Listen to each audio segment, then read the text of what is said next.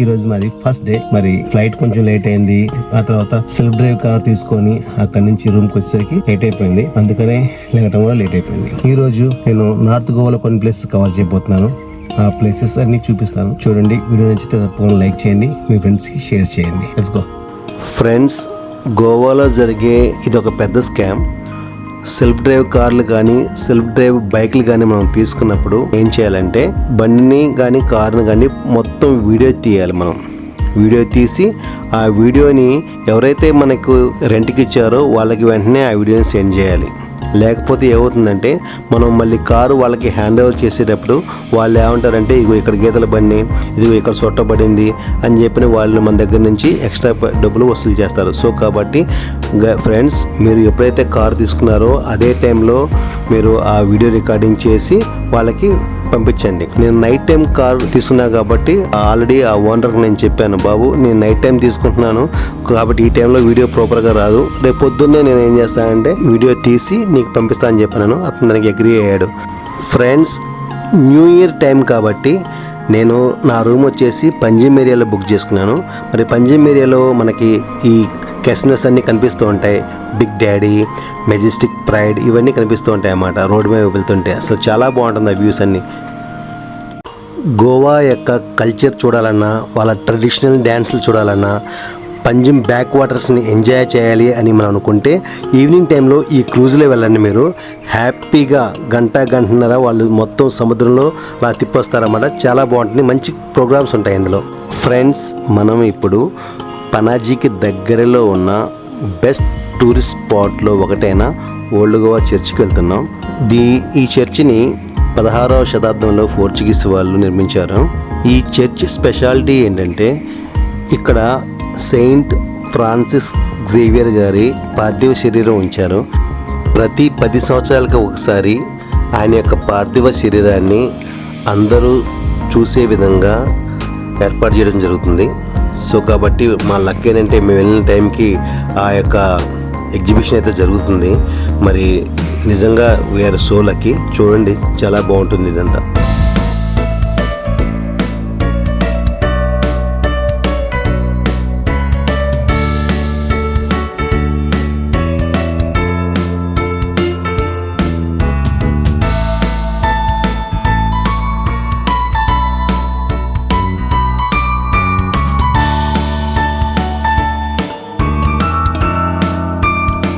Friends, మరి ఈ చర్చిలోనే Saint Francis Xavier గారి పార్థివ శరీరం ఉంచడం జరిగింది. లోపల వీడియోస్ కానీ ఫొటోస్ కానీ తీయకూడదు, అందుకని తీయలేదు. ఫ్రెండ్స్, ఓల్డ్ గోవా చర్చ్ చూసుకున్న తర్వాత నేను పనాజీకి వెళ్తున్నాను.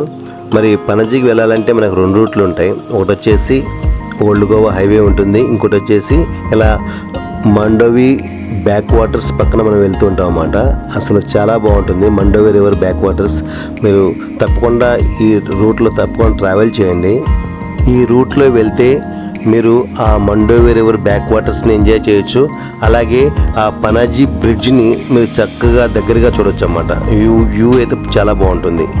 ఫ్రెండ్స్, పనాజీలో మీరు భోజనం చేయాలి అంటే ఈ హోటల్ కమత్లో భోజనం చేయండి. లంచ్ చాలా బాగుంటుంది.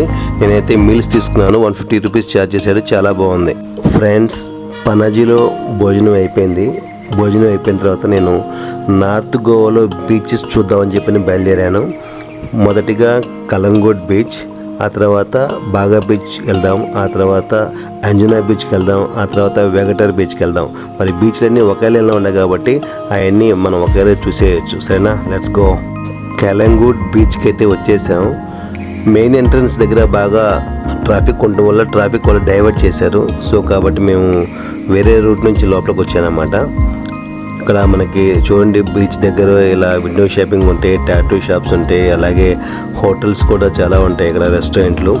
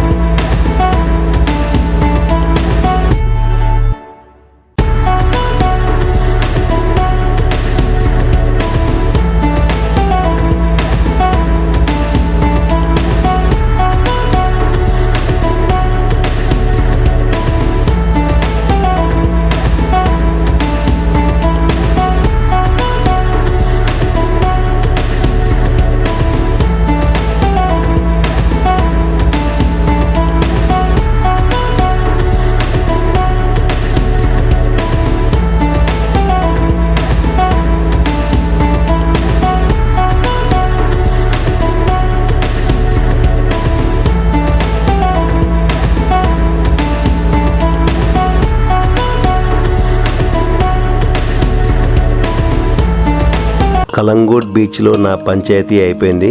ఇప్పుడు నేను అంజనా బీచ్కి వెళ్తున్నాను. మనం ఫోటోషూట్ చేసుకోవాలంటే అంజనా బీచ్ మాత్రం సూపర్గా ఉంటుంది.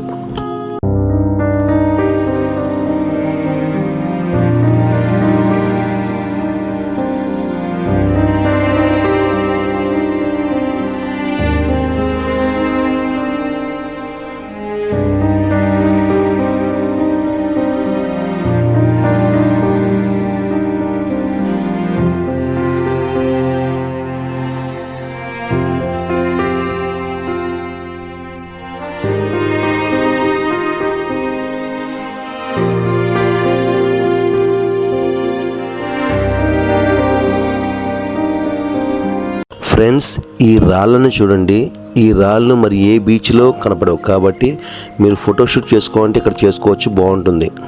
ఫ్రెండ్స్, బీచ్ ఎంట్రన్స్లో గోవా గవర్నమెంట్ వాళ్ళు చిన్న చిన్న స్టాల్స్ పెట్టుకోవటం కోసం కట్టించిన ఈ డిజైన్ బాగుంది చూడండి. ఫ్రెండ్స్, అంజనా బీచ్లో మన పంచాయతీ అయిపోయింది.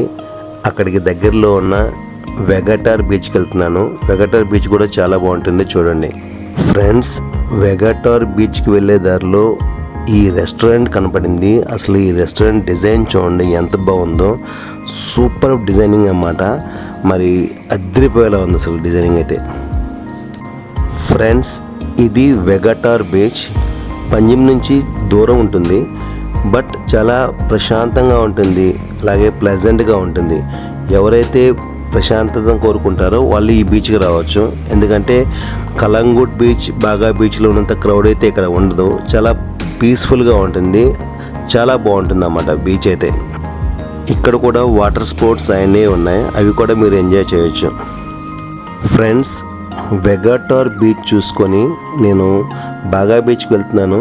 బాగా బీచ్కి వెళ్ళే దారిలో నాకు ఈ బ్యాక్ వాటర్స్ వ్యూ కనపడింది చూడండి. వ్యూ మాత్రం చాలా బాగుంటుంది. ఇందులో ఈవినింగ్ టైంలో కయాక్ కూడా చేస్తూ ఉంటారు వాళ్ళు.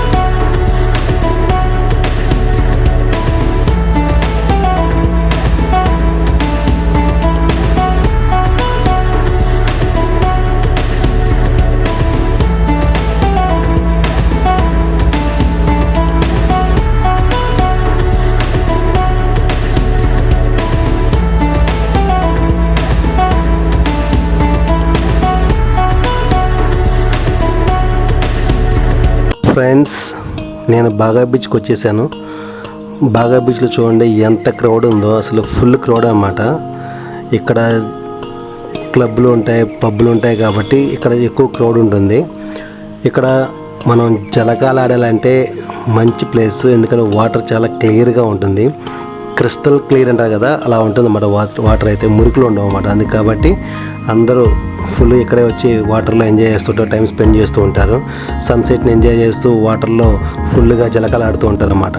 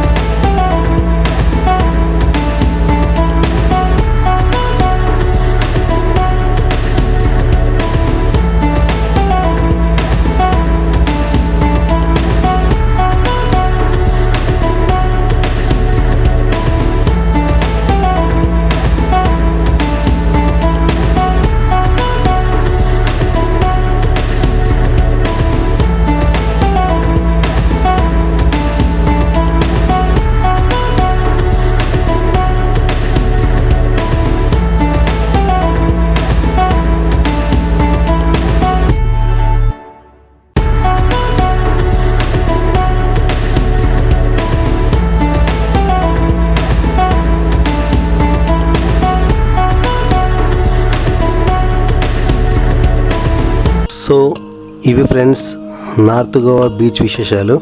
మరి రేపు సౌత్ గోవా బీచ్ వెళ్దాం, సరేనా? మరి వీడియో నచ్చితే తప్పకుండా లైక్ చేయండి, మీ ఫ్రెండ్స్కి షేర్ చేయండి. ఫస్ట్ టైం చూస్తున్న వాళ్ళు తప్పకుండా సబ్స్క్రైబ్ చేసుకోండి. మరి నెక్స్ట్ వీడియో కోసం వేచి చూడండి. బాయ్.